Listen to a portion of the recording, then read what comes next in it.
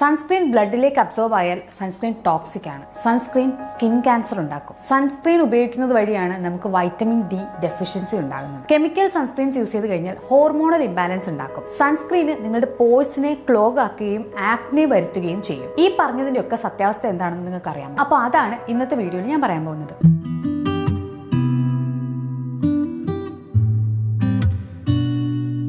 Welcome back to Veena's industries. ഞാൻ Veena. Professional channel certified image consultant and personal stylist ആണ്. അപ്പോൾ എന്തെങ്കിലും തരത്തിലുള്ള ഇമേജ് കൺസൾട്ടേഷൻസോ സ്റ്റൈലിംഗ് സർവീസസോ അതുപോലെ തന്നെ സ്കിൻ കെയർ കൺസൾട്ടേഷൻസോ ഉണ്ടെങ്കിൽ എന്നെ റീച്ച് ഔട്ട് ചെയ്യാൻ മടിക്കേണ്ട. ഞാൻ എൻ്റെ ഇൻസ്റ്റ ഐഡിയും അതോടൊപ്പം തന്നെ എൻ്റെ മെയിൽ ഐഡിയും ഡിസ്ക്രിപ്ഷൻ ബോക്സിൽ കൊടുക്കുന്നുണ്ടാവും. അപ്പോൾ വേണ്ടവർക്ക് ചെക്ക് ചെയ്ത് നോക്കാവുന്നതാണ്. സൺസ്ക്രീൻ ഉപയോഗിക്കുന്നതായിട്ട് ബന്ധപ്പെട്ട് കുറേയധികം മിത്തുകൾ നിലവിലുണ്ട്. അപ്പോൾ അതിൻ്റെ റിയാലിറ്റി എന്തൊക്കെയാണെന്ന് പരിശോധിക്കുന്ന ഒരു വീഡിയോ ആണിത്. ഞാൻ മുമ്പ് സൺസ്ക്രീനെ പറ്റി ആക്ച്വലി ഒരു വീഡിയോ ചെയ്തിട്ടുണ്ട് ഓൾറെഡി. അതായത് എന്താണ് UVA റേസ് എന്നും UVB റേസ് എന്നും എന്താണ് ഈ PA4+ എന്നുള്ള റേറ്റിംഗ് എന്താണെന്നും ഒക്കെ ഡീറ്റെയിൽ ആയിട്ട് പറയുന്ന ഒരു സൺസ്ക്രീനിനെ പറ്റിയുള്ള detailed video and sunscreen recommendations ഞാൻ ഓൾറെഡി മുമ്പ് ചെയ്തിട്ടുണ്ട്. അത് കണ്ടിട്ടില്ലാത്തവരാണെങ്കിൽ അത് ഞാൻ ഇവിടെ ലിങ്ക് ചെയ്ത് കൊടുത്തേക്കാം. അപ്പോൾ അത് ചെക്ക് ചെയ്ത് നോക്കാൻ മറക്കണ്ട. ആൻഡ് നമുക്ക് ഇന്നത്തെ വീഡിയോയിലേക്ക് പോവാം. കുറച്ച് ദിവസങ്ങൾക്ക് മുമ്പ് ഇൻസ്റ്റയിൽ ആക്ച്വലി എനിക്കൊരു മെസ്സേജ് വന്നിട്ടുണ്ടായിരുന്നു. അതിനൊരു പെൺകുട്ടി അയച്ച മെസ്സേജ് ആയിരുന്നു. അതിൽ ആക്ച്വലി അവരൊരു വീഡിയോ ഫോർവേഡ് ചെയ്തേക്കായിരുന്നു. ഒരു റീല് സൺസ്ക്രീൻ ക്യാൻസർ ഉണ്ടാക്കുമെന്നും സൺസ്ക്രീൻ ആണ് വൈറ്റമിൻ ഡി ഡെഫിഷ്യൻസിക്ക് കാരണമെന്നും പറയുന്ന ഒരു റീലായിരുന്നു അത്. കുറേ ആൾക്കാരിലേക്ക് എത്തിയ ഒരു റീലാണത്. അതിൻ്റെ സത്യാവസ്ഥ എന്താണെന്ന് ചോദിച്ചിട്ടായിരുന്നു ആ കുട്ടി എനിക്ക് മെസ്സേജ് അയച്ചത്. ആൻഡ് ഞാനത് നോക്കുമ്പോൾ ആക്ച്വലി എനിക്കറിയുന്ന എൻ്റെ ഫ്രണ്ട്സിൽ തന്നെയുള്ള ഒരുപാട് പേര് അത് ലൈക്ക് ചെയ്യുകയും അത് ഫോർവേഡ് ചെയ്യുകയും ഒക്കെ ചെയ്തിട്ടുണ്ട്. അങ്ങനെ നിങ്ങളും ആ ഒരു വീഡിയോ കാണുകയോ അല്ലെങ്കിൽ അത്തരത്തിലുള്ളൊരു വീഡിയോ റീലോ എന്തെങ്കിലും പോസ്റ്റോ ഒക്കെ കാണുകയോ ചെയ്യുകയാണെങ്കിൽ നിങ്ങൾ മനസ്സിലാക്കേണ്ട കുറച്ച് കാര്യങ്ങളുണ്ട്. അതുകൊണ്ട് ഞാൻ ഇമ്മീഡിയറ്റ്ലി ഇങ്ങനെ ഒരു വീഡിയോ ചെയ്യാം എന്ന് തന്നെ വിചാരിച്ചത്. അപ്പോൾ ഒന്നാമത്തെ മിത്തെന്ന് പറയുന്നത് സൺസ്ക്രീൻ വൈറ്റമിൻ ഡി ഡെഫിഷ്യൻസി ഉണ്ടാക്കുന്നു എന്നുള്ളതാണ്. അതായത് നമ്മൾക്കൊക്കെ എല്ലാവർക്കും ഇപ്പോൾ വൈറ്റമിൻ ഡി ഡെഫിഷ്യൻസി ഭയങ്കര കോമൺ ആയിട്ടുള്ളൊരു കാര്യമാണ്. ബിക്കോസ് നമ്മൾ കൂടുതലായിട്ടും സൺ എക്സ്പോഷർ അധികം കൊള്ളുന്നില്ല. അതുപോലെ തന്നെ നമ്മുടെ ഫുഡിൻ്റെ ക്വാളിറ്റി അതിൻ്റെ ഒക്കെ ക്വാളിറ്റിയും കൂടെ ഡിപ്പെൻഡ് ചെയ്തിട്ടാണ് നമുക്ക് ആക്ച്വലി വൈറ്റമിൻ ഡി ഡെഫിഷ്യൻസി ഉണ്ടാകുന്നത്. അല്ലാതെ സൺസ്ക്രീൻ യൂസ് ചെയ്തതുകൊണ്ട് മാത്രമല്ല. ഈവൻ ദോ സൺസ്ക്രീൻ യൂസ് ചെയ്യുമ്പോൾ തന്നെ നമ്മൾ കൂടുതൽ പേരും ഫേസിലാണ് സൺസ്ക്രീൻ അപ്ലൈ ചെയ്യുക, ബോഡിയിൽ സൺസ്ക്രീൻ അപ്ലൈ ചെയ്യുന്നില്ല. ഇപ്പം നമുക്ക് വൈറ്റമിൻ ഡി ഡെഫിഷ്യൻസിക്ക് വേണ്ടിയിട്ടുള്ള സൺ എക്സ്പോഷർ ആണ് വേണ്ടതെങ്കിൽ അത് ബോഡിയിൽ കിട്ടിയാലും മതി, ഫേസിൽ കിട്ടണം എന്ന് നിർബന്ധമില്ല. സ്റ്റിൽ ബട്ട് ഫേസിൽ മാത്രം സൺസ്ക്രീൻ ഇടുന്നവർക്കും ബോഡിയിൽ സൺസ്ക്രീൻ യൂസ് ചെയ്യാത്തവർക്കും വൈറ്റമിൻ ഡി ഡെഫിഷ്യൻസി ഉണ്ട്. എനിക്കും വൈറ്റമിൻ ഡി ഡെഫിഷ്യൻസി ഉണ്ട്. ഞാൻ നോർമലായിട്ട് ബോഡിയിലേക്ക് സൺസ്ക്രീൻ അധികം അപ്ലൈ ചെയ്യാറില്ല. സൺസ്ക്രീൻ അപ്ലൈ ചെയ്യണം എന്നാണ്, പക്ഷേ ഞാൻ അധികം അപ്ലൈ ചെയ്യാറില്ല. ബട്ട് സ്റ്റിൽ എനിക്ക് വൈറ്റമിൻ ഡി ഡെഫിഷ്യൻസി ഉണ്ടാവാറുണ്ട്. ആൻഡ് ഓൾസോ വൈറ്റമിൻ ഡി നമുക്ക് കിട്ടാൻ വേണ്ടിയിട്ട് നമ്മൾ സൺ എക്സ്പോസ്ഡ് ആവണം എന്ന് പറയുന്നത് വീക്ക്ലി ഒരു 1-2 തവണ ഒരു 15 മിനിറ്റ്സ് ഒക്കെ മാത്രം എക്സ്പോസ്ഡ് ആവുന്നതാണ്, സണ്ണിനോട് എക്സ്പോസ്ഡ് ആവുന്നതാണ്. അതല്ലാതെ നമ്മൾ കുറേയധികം നേരം വെയിലത്ത് നിൽക്കുന്നതോ കുറേയധികം സമയത്തേക്ക് സൺ എക്സ്പോഷർ നമുക്ക് കിട്ടുന്നതോ ആക്ച്വലി നമ്മളുടെ സ്കിന്നിനെ ഡാമേജ് ചെയ്യിപ്പിക്കുകയാണ് ചെയ്യുക. അത് സ്കിൻ ക്യാൻസർ പോലെയുള്ള വലിയ വലിയ പ്രശ്നങ്ങളിലേക്ക് എത്തിക്കും. ഇനി രണ്ടാമത്തെ മിത്ത് എന്ന് പറയുന്നത് സൺസ്ക്രീൻ ബ്ലഡിലേക്ക് കലരും ആൻഡ് അത് ടോക്സിക് ആയി മാറും. അതുകൊണ്ട് തന്നെ സൺസ്ക്രീൻ ക്യാൻസർ പോലെയുള്ള പ്രശ്നങ്ങൾ ഉണ്ടാക്കും. ഓഫ് കോഴ്സ് നിങ്ങൾ കെമിക്കൽ സൺസ്ക്രീൻ ആണ് യൂസ് ചെയ്യുന്നതെങ്കിൽ കുറച്ചധികം മുക്കം നിങ്ങളുടെ ബ്ലഡിലേക്ക് കലരാനുള്ള ഒരു ചാൻസ് ഉണ്ട്. ബട്ട് അതൊരിക്കലും ടോക്സിസിറ്റി, അതായത് അതിന് ടോക്സിക് ലെവൽ ഹൈ ആവുന്ന രീതിയിലുള്ള അത്രയും എമൗണ്ടിൽ ബ്ലഡിലേക്ക് അബ്സോർബ് ആയതായിട്ട് ഇതുവരെ കണ്ടെത്തിയിട്ടില്ല. അത് കാരണമുള്ള പ്രശ്നങ്ങളും ഉണ്ടായിട്ടില്ല. ഞാൻ ഈ പറഞ്ഞത് ആക്ച്വലി ഇനിയും വിശ്വാസമില്ലാത്തവർക്കാണെങ്കിൽ അവരോട് ഞാൻ പറയുന്നത് നിങ്ങൾക്ക് അങ്ങനെയാണെങ്കിൽ മിനറൽ സൺസ്ക്രീൻസ് ഉപയോഗിക്കാവുന്നതാണ്. അതായത് മിനറൽ ഫിസിക്കൽ സൺസ്ക്രീൻസ് യൂസ് ചെയ്യാവുന്നതാണ്. അത് സ്കിന്നിൻ്റെ ടോപ്പിക്കലി മാത്രം അപ്ലൈ ചെയ്യുന്നതാണ്, ബ്ലഡിലേക്ക് കലരുകയില്ല. ആൻഡ് അത് കുറച്ചും കൂടെ സേഫ് ആണ് അത്തരത്തിൽ നോക്കുകയാണെങ്കിൽ. ഈ മൂന്നാമത്തെ ഇമ്പോർട്ടൻറ്റ് മിത്ത് എന്ന് പറയുന്നത് chemical sunscreens actually hormonal imbalance ഉണ്ടാക്കും എന്നുള്ളതാണ്. അതിൻ്റെ റിയാലിറ്റി എന്താണെന്ന് വെച്ച് കഴിഞ്ഞാൽ ചെറിയ എമൗണ്ടിൽ ഹോർമോണൽ ഇംബാലൻസ് ഉണ്ടാക്കുന്ന രീതിയിലുള്ള ഇൻഗ്രീഡിയൻസ് ആക്ച്വലി കെമിക്കൽ സൺസ്ക്രീൻസിൽ അവൈലബിൾ ആണ്. അതായത് മെയിനായിട്ട് പറയുകയാണെങ്കിൽ ഓക്സിബെൻസോൺ പോലെയുള്ളത്. അപ്പോൾ അത് നിങ്ങൾക്ക് വേണ്ട, അത് നിങ്ങൾക്ക് ഒഴിവാക്കണം എന്നുണ്ടെങ്കിൽ ഓക്സിബെൻസോൺ ഫ്രീ ആയിട്ടുള്ള സൺസ്ക്രീൻസ്, കെമിക്കൽ സൺസ്ക്രീൻസ് അവൈലബിൾ ആണ് മാർക്കറ്റിൽ. അത് വാങ്ങാവുന്നതാണ്. അതല്ലെങ്കിൽ മിനറൽ സൺസ്ക്രീൻസ് വാങ്ങാവുന്നതാണ്. ഇനി അഥവാ ഓക്സിബെൻസോൺ ഉള്ളൊരു സൺസ്ക്രീനാണ് നിങ്ങൾ യൂസ് ചെയ്യുന്നതെങ്കിലും നിങ്ങളുടെ ബ്ലഡിലേക്ക് കലർന്ന് ഹോർമോണൽ ചേഞ്ച് ഉണ്ടാക്കാൻ പാകത്തിനുള്ള അളവിലേക്ക് നമ്മൾ സൺസ്ക്രീനിൽ യൂസ് ചെയ്യുന്നില്ല എന്നുള്ളതാണ് നിങ്ങൾ മനസ്സിലാക്കേണ്ടത്. അതുകൊണ്ട് തന്നെ അത് കംപ്ലീറ്റ്ലി സേഫ് ആണ്. ഇനി നാലാമത്തെ മോസ്റ്റ് ഇമ്പോർട്ടൻറ്റ് മിത്ത് എന്ന് പറയുന്നത് സൺസ്ക്രീൻ ക്യാൻസർ ഉണ്ടാക്കുന്നു എന്നുള്ളതാണ്, സ്കിൻ ക്യാൻസർ ഉണ്ടാക്കുന്നു എന്നുള്ളതാണ്. അതിൽ നിങ്ങൾ മനസ്സിലാക്കേണ്ടത് ആക്ച്വലി സൺസ്ക്രീൻ ഉപയോഗിക്കാതിരുന്നാലാണ് സ്കിൻ ക്യാൻസർ ഉണ്ടാവുക എന്നുള്ളതാണ്. അതായത് സണ്ണിൻ്റെ UV റേസ് ആണ് ആക്ച്വലി സ്കിൻ ക്യാൻസറിനെ ഉണ്ടാക്കാൻ വേണ്ടിയിട്ട് ഹെൽപ്പ് ചെയ്യുന്ന ഒരു ഇൻഗ്രീഡിയൻറ്റ്. അപ്പോൾ അതുകൊണ്ട് തന്നെ UV റേസിനെ ബ്ലോക്ക് ചെയ്തിട്ടില്ലെങ്കിൽ നമുക്ക് സ്കിൻ ക്യാൻസർ വരാനുള്ള ചാൻസ് ഉണ്ട്.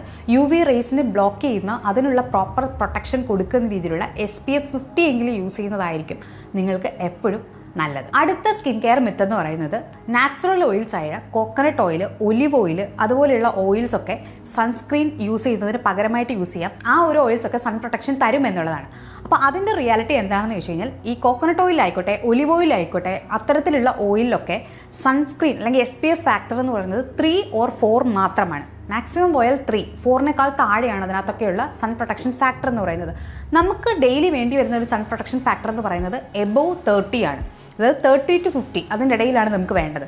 അപ്പോൾ ഈ പറഞ്ഞ 3 or 4 യൂസ് ചെയ്ത് കഴിഞ്ഞാൽ നമുക്ക് ഒട്ടും പ്രൊട്ടക്ഷൻ കിട്ടില്ല എന്ന് നിങ്ങൾ മനസ്സിലാക്കണം. അത് നിങ്ങൾക്ക് കൂടുതൽ പ്രശ്നങ്ങളായിരിക്കും ഉണ്ടാകും. അടുത്ത ഒരു ഇമ്പോർട്ടൻറ്റ് മിത്ത് ഏതാണെന്ന് ചോദിച്ചു കഴിഞ്ഞാൽ ഡാർക്കർ സ്കിന്നിന് ആക്ച്വലി സൺസ്ക്രീൻ ആവശ്യമില്ല എന്ന് പറയുന്നതാണ്. ആ ഒരു കാര്യത്തിൽ ആക്ച്വലി പറയാനുള്ളത് എന്താണെന്ന് വെച്ച് കഴിഞ്ഞാൽ മെലനിൻ എന്ന് പറഞ്ഞിട്ടുള്ളൊരു ഫാക്ടർ ആക്ച്വലി അതിനകത്ത് SPF ഫാക്ടർ കുറച്ചുള്ളതാണ്. അപ്പോഴും അത് SPF ഫാക്ടർ 3 to 4 ആണ്. ഇൻ ബിറ്റ്വീൻ 3 to 4 ആണ് അതിൻ്റെയും SPF ഫാക്ടർ. അപ്പോൾ അതുകൊണ്ട് സൺ പ്രൊട്ടക്ഷൻ നടക്കുമെന്ന് പറഞ്ഞാൽ ചെറിയ രീതിയിൽ, ചെറിയ എമൗണ്ടിൽ, വളരെ ചെറിയ എമൗണ്ടിൽ മാത്രമേ സൺ പ്രൊട്ടക്ഷൻ നടക്കുകയുള്ളൂ.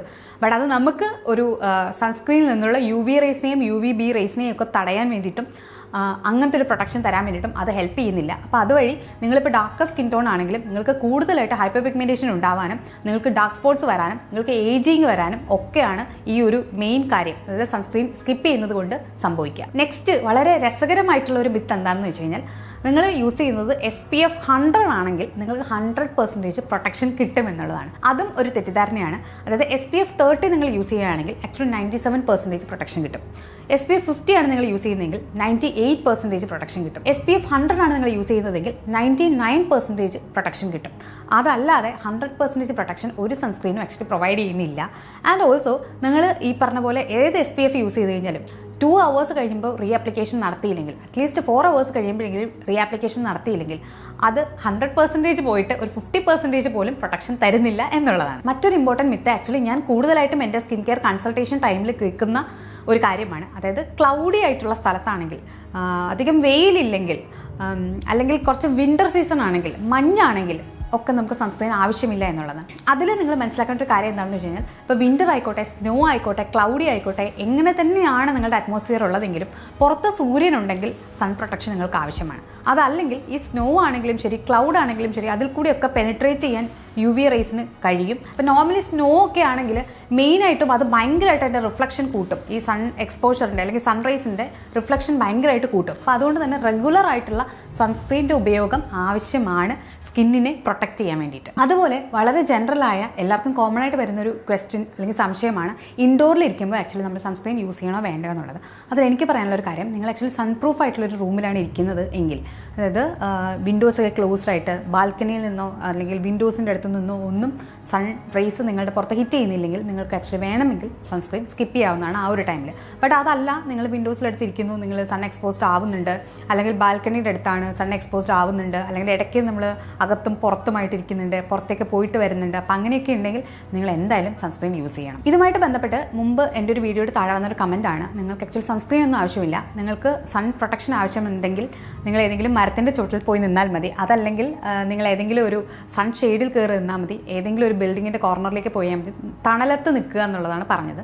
ബട്ട് അതിലും മനസ്സിലാക്കേണ്ട ഒരു കാര്യം എന്താ വെച്ച് കഴിഞ്ഞാൽ വാട്ടർ ബോഡി ആയിക്കോട്ടെ, കോൺക്രീറ്റ് ആയിക്കോട്ടെ, സാൻഡ് ആയിക്കോട്ടെ, നിങ്ങളുടെ നോർമൽ നിലത്ത പുല്ലായിക്കോട്ടെ, ഇതിനൊക്കെ UV റേസിനെ ബൗൺസ് ബാക്ക് ചെയ്യാനുള്ളൊരു കേപ്പബിലിറ്റി ഉണ്ട്. അതായത് 80% UV റേസും ആക്ച്വലി ഇത് ബൗൺസ് ബാക്ക് ചെയ്യും. അത് നിങ്ങളുടെ പുറത്ത് വന്ന് വീണാലും ആക്ച്വലി ഈ പറഞ്ഞ റിങ്കിൾസ് ഉണ്ടാവുക, ഹൈപ്പർ പിഗ്മെൻറ്റേഷൻ ഉണ്ടാവുക, പ്രീമച്ചുർ ഏജിങ് ഉണ്ടാവുക, സൺ ക്യാൻസർ ഉണ്ടാവുക, ഇതൊക്കെ ഉണ്ടാവാനുള്ള ഒരു ചാൻസ് ഉണ്ട്. അപ്പോൾ അതുകൊണ്ട് നിങ്ങൾ ഏതെങ്കിലും ഷെയ്ഡിൽ കയറി നിന്ന് കഴിഞ്ഞാലും നിങ്ങൾ സൺസ്ക്രീൻ യൂസ് ചെയ്യണം എന്ന് തന്നെയാണ് പറയുന്നത്. മറ്റൊരു കോമൺ മിത്ത് എന്ന് പറയുന്നത് വാട്ടർ റെസിസ്റ്റൻറ്റ് അല്ലെങ്കിൽ വാട്ടർ പ്രൂഫ് സൺസ്ക്രീൻ യൂസ് ചെയ്ത് കഴിഞ്ഞാൽ റീആപ്ലിക്കേഷൻ്റെ ആവശ്യം ഇല്ല എന്നുള്ളതാണ്. അതിനും എനിക്കൊരു കാര്യം പറയാനുണ്ട്. എന്താണെന്ന് വെച്ച് കഴിഞ്ഞാൽ വാട്ടർ പ്രൂഫ് ആയിക്കോട്ടെ, വാട്ടർ റെസിസ്റ്റൻ്റ് ആയിട്ടുള്ള അങ്ങനത്തെ സൺസ്ക്രീൻ യൂസ് ചെയ്ത് കഴിഞ്ഞാലും ആക്ച്വലി 40 to 80 minutes വരെ മാത്രമേ അതിനും ആക്ച്വലി അങ്ങനെ ഒരു സ്വെറ്റ് പ്രൂഫ് അങ്ങനെ ഒരു സാധനം തരാൻ പറ്റുള്ളൂ, അല്ലെങ്കിൽ വാട്ടർ പ്രൂഫ് എന്നൊരു കേപ്പബിലിറ്റി തരാൻ പറ്റുള്ളൂ. അപ്പോൾ അതുകൊണ്ട് തന്നെ അതും റീഅപ്ലൈ ചെയ്യണം. ഇതല്ലെങ്കിൽ ആക്ച്വലി അതിനെ റെസിസ്റ്റ് ചെയ്യാനുള്ള അല്ലെങ്കിൽ വാട്ടറിനെ റെസിസ്റ്റ് ചെയ്യാനുള്ള കഴിവ് ആ സൺസ്ക്രീൻ ഉണ്ടായിരിക്കണമെന്നില്ല. ഇനി ഞാൻ ഇത്രയും നേരം സംസാരിച്ച ആക്ച്വലി നിങ്ങൾക്കൊന്നും വിശ്വാസമായിട്ടില്ലെങ്കിൽ ഇത് ഞാൻ പറയുന്ന കാര്യമല്ല, ഇത് നോർമലി